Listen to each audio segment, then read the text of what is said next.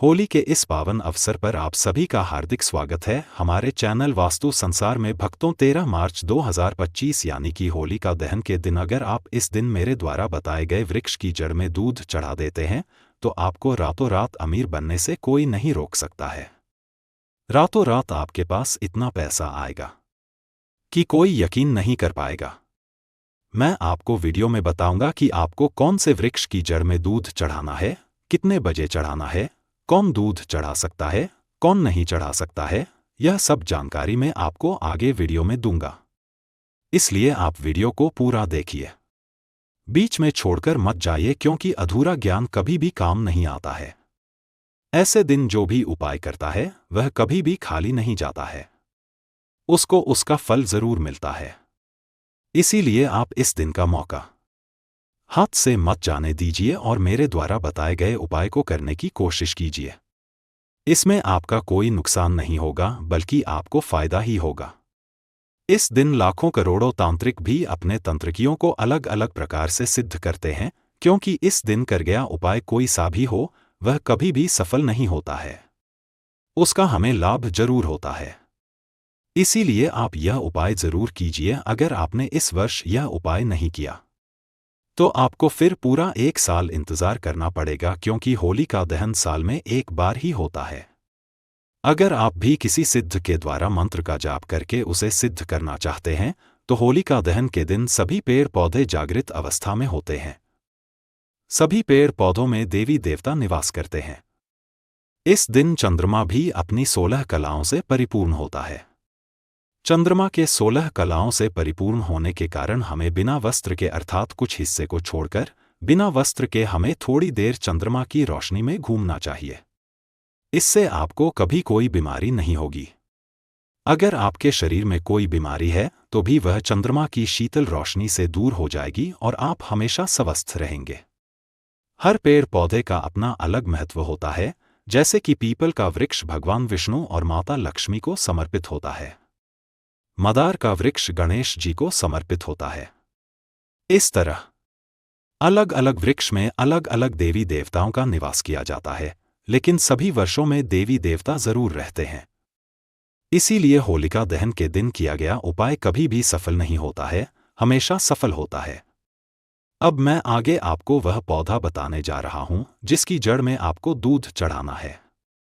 लेकिन उससे पहले आपसे विनती है कि अगर आप हमारे इस चैनल पर नए हैं तो सबसे पहले चैनल को सब्सक्राइब कर दीजिए, वीडियो को लाइक कर दीजिए, साथ ही पास वाले बेल आइकॉन पर भी क्लिक कर दीजिए, जिससे कि आपको नए नए वीडियो का नोटिफिकेशन मिलता रहे।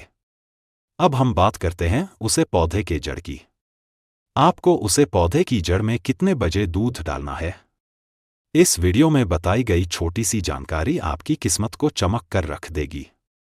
इसीलिए आप वीडियो को हो सके तो पूरा देखें और उपाय अगर आपको एक बार में समझ नहीं आए तो आप वीडियो को दोबारा देख सकते हैं या फिर कहीं पर नोट कर सकते हैं कि आपको कहाँ क्या कितने बजे करना है, और आपको यह उपाय करते हैं तुरंत उसका परिणाम देखने को मिल जाएगा। मैं आपको 4 पौधों के बारे में बताऊंगा। सबसे पहले हम बात करते हैं नीम के पेड़ की। नीम के पेड़ को देवी दुर्गा के समान माना जाता है। नीम का पेड़ जो होता है वह कई सारे बीमारियों में औषधि के रूप में काम में आता है। अगर हमारे शरीर में कहीं चोट लग गई है या बहुत पुराना घाव है तो इसका पेस्ट लगाने से वह घाव धीरे धीरे भरने लग जाता है, वह थोड़े समय में पूरा ही गायब हो जाता है। इसमें बहुत सारी देवी शक्ति पाई जाती है। जितनी भी देवी शक्तियां होती है वह सब नाम के पेड़ में पाई जाती है। अब आपको होलिका दहन के दिन रात्रि 12 बजे के बाद यह उपाय करना है। लेकिन ध्यान रखिए ऐसा नहीं हो कि आप रात को 12 बजे जाने से डरे। आपको डरना बिल्कुल नहीं है।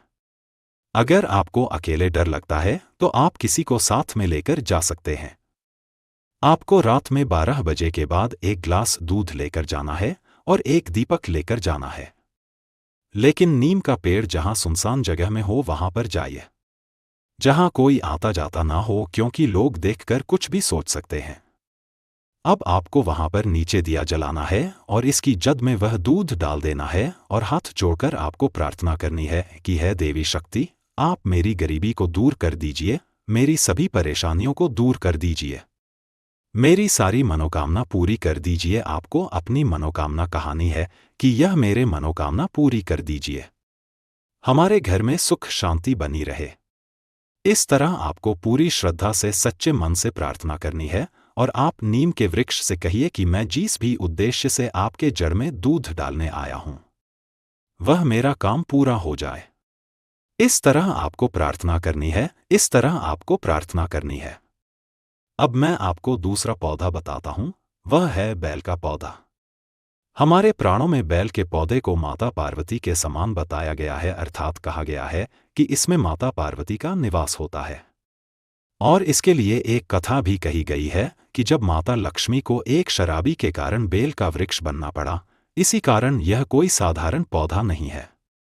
माता पार्वती और माता लक्ष्मी के समान माना गया है। बेल के पौधे पर ब्रह्मा, विष्णु, महेश का निवास माना जाता है। बेल की जड़ में ब्रह्मा जी का स्थान है। संसार में जितने भी तीर्थ स्थान है, वह सब बेल के पौधे की जड़ में माने जाते हैं।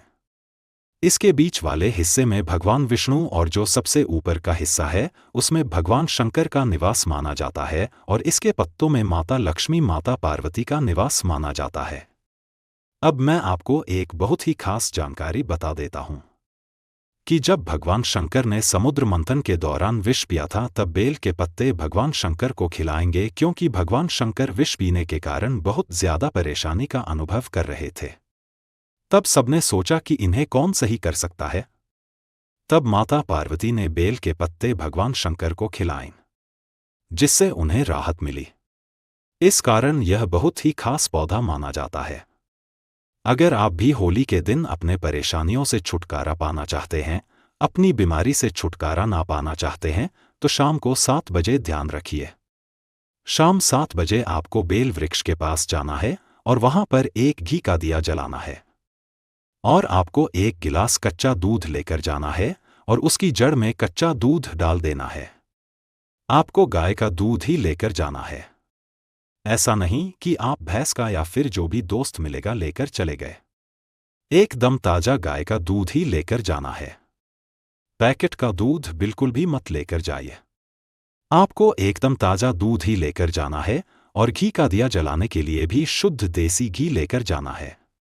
आपको घी का दिया जलाने के बाद उसकी जड़ में दूध डाल देना है और फिर हाथ जोड़कर आपको प्रार्थना करनी है कि आपके सभी मनोकामना पूरी हो और आपकी जो दरिद्रता है वह हमेशा के लिए दूर हो जाए।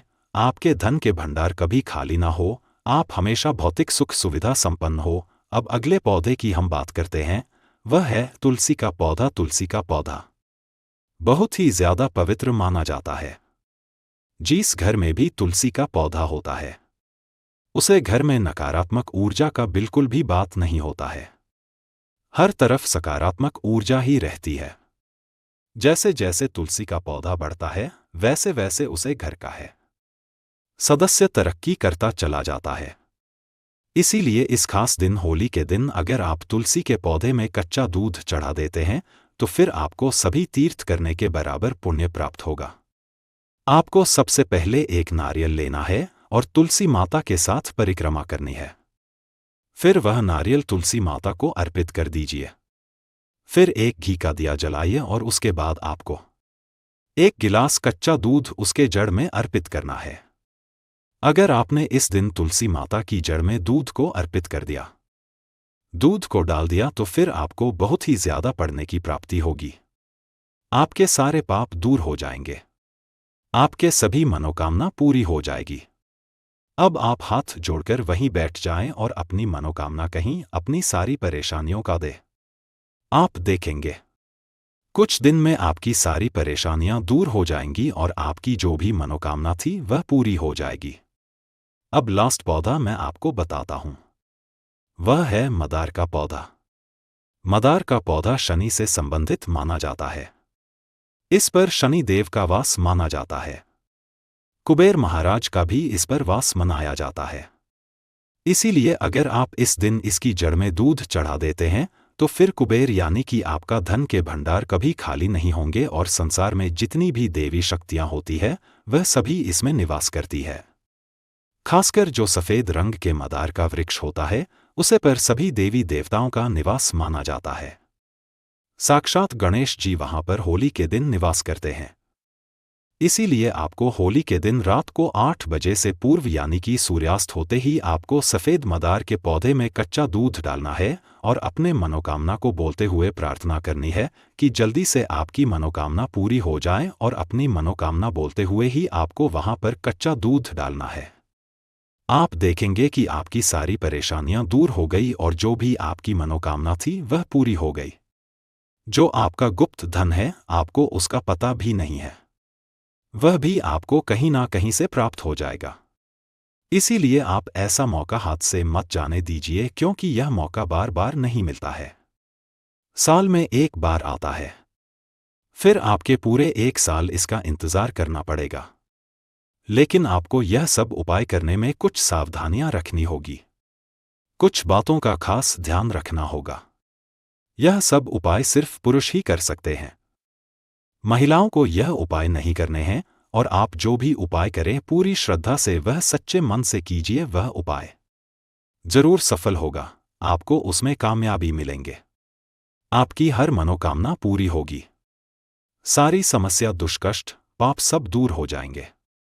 इस तरह मैंने आपको इस वीडियो में जो भी 4 पेड़ पौधे बताए हैं, हम में से आप किसी भी एक पेड़ का उपाय जरूर कीजिए, और फिर भी कुछ समझ नहीं आया हो तो आप मुझे कमेंट बॉक्स में कमेंट करके पूछ सकते हैं, या फिर वीडियो को एक बार फिर से देखकर अच्छे से समझकर ही आपको उपाय करना है। कौन से पेड़ का उपाय कितने बजे करना है, यह सब बातें आपको ध्यान में रखनी है। आप वीडियो देखते समय ये सब कहीं नोट भी कर सकते हैं। इसीलिए यह 13 मार्च 2025 को जो होलिका दहन होने जा रहा है, इतने खास मौके को आप अपने हाथ से मत जाने दीजिए। आशा करता हूं आपको मेरी वीडियो पसंद आई होगी, और मेरा नए नए उपाय बताने का मकसद ही यही रहता है कि आपकी जो रोजमर्रा की समस्याएं हैं वह दूर हो सके और आपकी सभी मनोकामनाएं पूरी हो सके। एक बार फिर से आपसे विनती है कि अगर आप हमारे इस लक्ष्मी दर्शन चैनल पर नए हैं तो सबसे पहले चैनल को सब्सक्राइब कर दीजिए, वीडियो को लाइक कर दीजिए, और अगर आप सच में माता लक्ष्मी की कृपा प्राप्त करना चाहते हैं तो पूरे सच्चे मन से कमेंट बॉक्स में जय मां लक्ष्मी जरूर लिखिए।